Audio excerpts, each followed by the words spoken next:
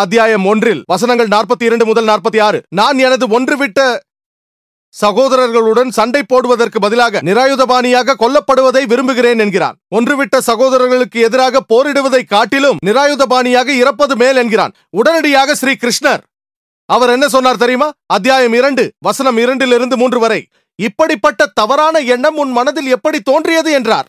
இது பாவமானது. நீ எப்படி ஆண்மையற்றவனாக மாறினாய் என்றார். உன் இதயம் எப்படி கோழையானது.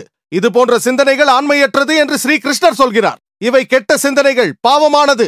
மேலும் இவை சொர்க்கத்திற்கு போக விடாமல் உங்களை தடுக்கும் காரியங்கள் என்றார். அதன் பிறகு பகவத்கீதை அத்தியாயம் 2 வசனம் 31 33 அது சொல்கிறது, ஸ்ரீ கிருஷ்ணர் அர்ஜுனனிடம் சொல்கிறார், சண்டையிடுவது ஒரு சத்திரியனின் கடமை என்று சொல்கிறார். சண்டையிடவில்லை என்றால் அவன் சொர்க்கத்திற்கு போக முடியாது. மேலும் நீங்கள் சண்டையிடவில்லை என்றால் பாவம் இழைக்கிறீர்கள்.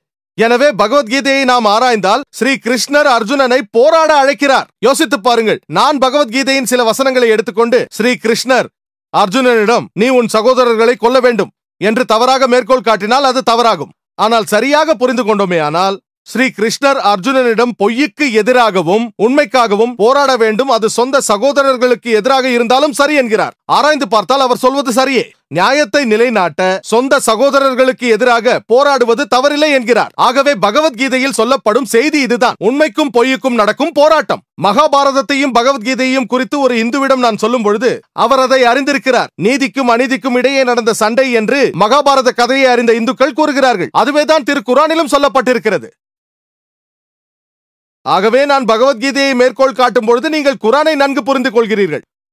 மேலும் அநேகர் குரானில் ஜிஹாதிகளை குறித்து சொல்லப்படுகிறது, ஜிஹாதின் பொழுது இறந்தால் சொர்க்கத்திற்கு போவீர்கள் என்கிறது என்று குறை கூறுகிறார்கள். அருண் ஷோரி உட்பட ஹதீஸையோ சஹி புகாரியோ மேற்கோள் காட்டுகிறார்கள். பாகம் 4 ஜிஹாத் என்னும் பாடத்தில் அத்தியாயம் 2 ஹதீஸ் எண் 46 அதில் முஜாஹித் என்பவர் அல்லாவின் வழியில் தன்னைத்தானே அர்ப்பணித்துக் கொண்டவர் யார் என்று அல்லாவுக்கு தான் தெரியும். மேலும் ஒரு தீர்க்க தரிசனம் உள்ளது, ஒரு முஜாஹித் போர்க்களத்தில் இறந்து போனால் அவர் நேரடியாக சொர்க்கத்திற்கு செல்வார் என்று. ஆனால் அவர் திரும்ப வந்தால் இறக்கவில்லை என்றால் போரில் கிடைத்த கனிமத்து பொருட்களோடு திரும்புவான். இந்த ஹதீஸும் குரானின் அநேக வசனங்களும் தவறாக விமர்சிக்கப்படுகிறது. எனக்கு ஆச்சரியமாக உள்ளது, இந்து விமர்சனையாளர்கள் எப்படி இப்படி கூறுகிறார்கள்? அவர்கள் பகவத்கீதையை படிக்கவில்லையா? மகாபாரதம் படிக்கவில்லையா? ஸ்ரீ கிருஷ்ணர் தாமாகவே பகவத்கீதையில் சொல்கிறார். அத்தியாயம் 2 வசனம் 37, ஓ அர்ஜுனா, குந்தியின் மகனே, நீ எழுந்து போர் செய். போர்க்களத்தில் கொல்லப்பட்டாலும் பெரிய காரியம் அல்ல. நீ சொர்க்கத்திற்கு செல்வாய். நீ வெற்றியோடு திரும்பினாய் என்றால் இந்த உலகத்தில் இருக்கும் செல்வங்களை நீ பெறுவாய் என்கிறார். ஹதீஸிலும் அதேதான் உள்ளது. ஆகவே கிருஷ்ணர் அர்ஜுனனை பார்த்து, நீ போரிடு, இறந்து விட்டால் பிரச்சனை இல்லை, சொர்க்கத்திற்கு செல்வாய். நீ வெற்றியோடு திரும்பினால் உலகத்தின் செல்வங்கள் உனக்கு கிடைக்கும் என்கிறார். சஹி புகாரியும் அதேதான் சொல்கிறது, குரானும் அதேதான் சொல்கிறது. ஆகவே நாம் வேதங்களை படித்து ஒருவரை ஒருவர் நன்கு புரிந்து கொள்ள வேண்டும். ஆகவே இஸ்லாம் போரிடுவதை கடைசி பரிகாரமாக கையாள கட்டளையிடுகிறது. தற்காப்புக்காகவோ அடிமைத்தனத்தை ஒழிப்பதற்காகவோ போராடலாம், இல்லை என்றால் இல்லை. ஜிஹாத் என்றால் கடுமையாக முயற்சிப்பது. உங்கள் இரண்டாவது கேள்விக்கு வருகிறேன். அதிக முக்கியத்துவம் வாய்ந்தது எது? நாட்டின் சட்டங்களை கடைபிடிப்பது முக்கியத்துவம் வாய்ந்ததா அல்லது இஸ்லாத்தின் சட்டங்களை கடைபிடிப்பதா? உங்கள் கேள்வி எப்படி இருக்கிறது என்றால், நீங்கள் முதலில் யாருக்கு சொந்தம், தாய்க்கா தகப்பனுக்கா என்பது போல் இருக்கிறது. சகோதரரே, நான் வாழும் நாட்டின் சட்டம் பெரிதா இல்லை என்னை படைத்த இறைவனின் சட்டம் பெரிதா என்று நீங்கள் என்னை பார்த்து கேள்வி கேட்பீர்களே. ஆனால் இறைவன் தான் முதன்மையானவன். அவன் வகுத்த சட்டங்களை பின்பற்றுவதுதான் மிக முக்கியமானது. வேற எந்த சட்டமும் முக்கியமில்லை. தாயாக இருக்கட்டும், தந்தையாக இருக்கட்டும், அல்லது நாடாகவே இருக்கட்டும். ஆனால் நான் ஒரு இந்தியன். எனக்கு தெரியும், இந்திய அரசியல் சாசனத்தில் எந்த ஒரு சட்டமும் இந்தியாவின் எந்த முஸ்லிமும் இஸ்லாத்தை கடைபிடிக்க தடுக்கவில்லை. உலகத்தின் சில நாடுகளில் உள்ளது போல ஒரு பிரஜை தான் பின்பற்றும் மதத்தையும் மார்க்கத்தையும் போதிக்கவும் அதை கடைபிடிக்கவும் இந்திய அரசியல் சாசனத்தில் அனுமதி வழங்கப்பட்டிருக்கிறது. அதைத்தான் நான் செய்கிறேன். இந்தியாவில் எந்த ஒரு சட்டமும் இஸ்லாம் எனக்கு விலக்கியிருக்கும் எந்த ஒரு காரியத்தையும் செய்யும்படி நிர்பந்திப்பதாக இல்லை. எந்த சட்டமும் இல்லை. எனக்கு வேண்டுமானால் 5 முறை நான் தொழுகை செய்யலாம், வேண்டாம் என்றால் விட்டுவிடலாம். ஒரு நல்ல முஸ்லிமாக நான் வாழ இந்திய அரசியல் சாசனத்தில் உள்ள எந்த சட்டமும் என்னை தடுப்பதே இல்லை. ஆகவே என்னை பொறுத்த வரையில் நான் இஸ்லாத்தின் சட்டங்களை கடைபிடிப்பவன். அல்ஹம்துலில்லாஹ், இந்திய சட்டங்களையும் கடைபிடிப்பவன். தெளிவாக சொல்ல வேண்டும் என்றால், புவியியல் ரீதியாக சொல்ல போனால் இந்தியாவில் வாழுபவர்களை இந்து என்பார்கள். இந்து என்பது ஒரு இடத்தில் வாழும் மக்களை குறிக்குமேயானால் நான் இந்தியாவில் வாழும் ஒரு ஹிந்து, இஸ்லாத்தை கடைபிடிப்பவன்.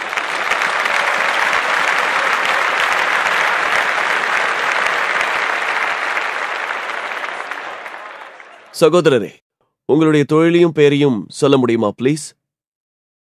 என்னுடைய பெயர் சரவணகுமார். நான் பேங்க்ல வேலை செய்கிறேன். நான் இப்போதான் ஹிந்து மதத்தை பற்றி நல்லா தெரிஞ்சுக்கிட்டேன். பெரும்பாலான இந்துக்களுக்கு வேதம் என்ன சொல்லுதுன்றே தெரியாது.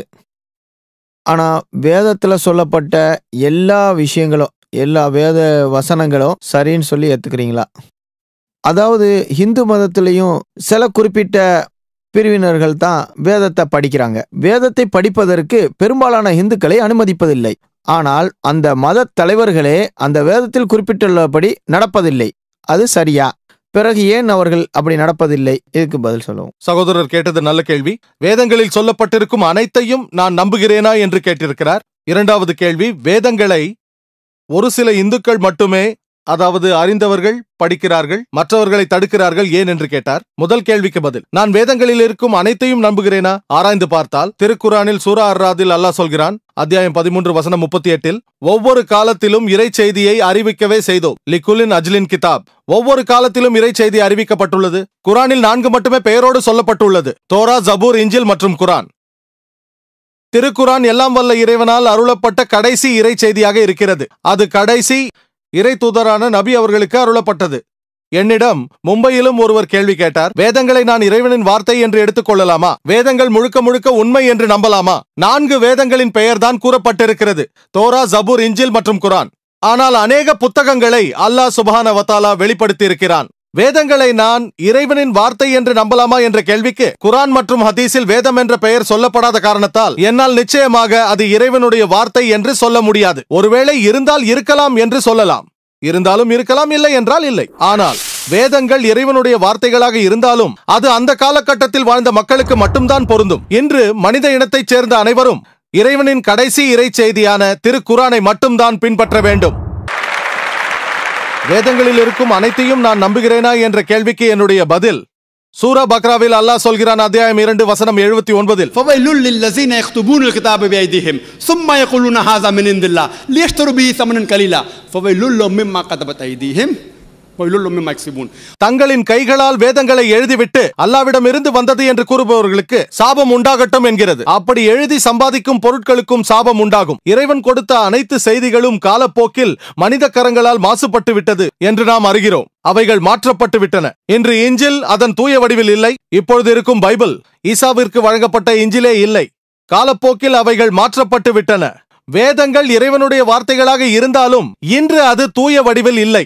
இதை இந்து அறிஞர்களும் ஏற்றுக்கொள்கிறார்கள்.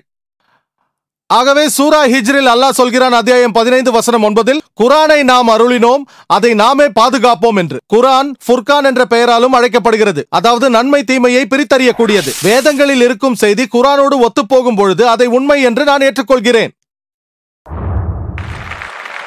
ஒத்துப்போகாத விஷயங்களை நான் தள்ளி வைக்கிறேன். ஏனென்றால் வேதங்கள் தூய வடிவில் இல்லை என்று இந்து அறிஞர்களே சொல்கிறார்கள். ஆகவே குரானோடு ஒத்துப்போகும் வேதங்களில் சொல்லப்பட்ட செய்திகளை இறைவனின் வார்த்தைகளாக இருக்கலாம் என்று ஏற்கிறேன். ஆனால் வேதத்தை முழுமையாக ஏற்க முடியாது. வேதங்களில் சொல்லப்பட்டிருக்கும் பல விஷயங்கள் விஞ்ஞானத்திற்கு முரணாக இருக்கிறது. அதை சொல்ல இங்கு நேரமில்லை. விஞ்ஞானத்திற்கு முரணான வேதங்களில் எழுதப்பட்டிருக்கும் நூற்றுக்கணக்கான செய்திகளை என்னால் இங்கு சொல்ல முடியும். ஆகவே குரானை ஆராய்ந்து பார்த்து அதோடு ஒத்துப்போகும் விஷயங்களை மட்டும் நான் இறைவனுடைய வார்த்தைகள் என்று நான் ஏற்றுக்கொள்கிறேன். அடுத்த கேள்வியை கேட்கலாம்.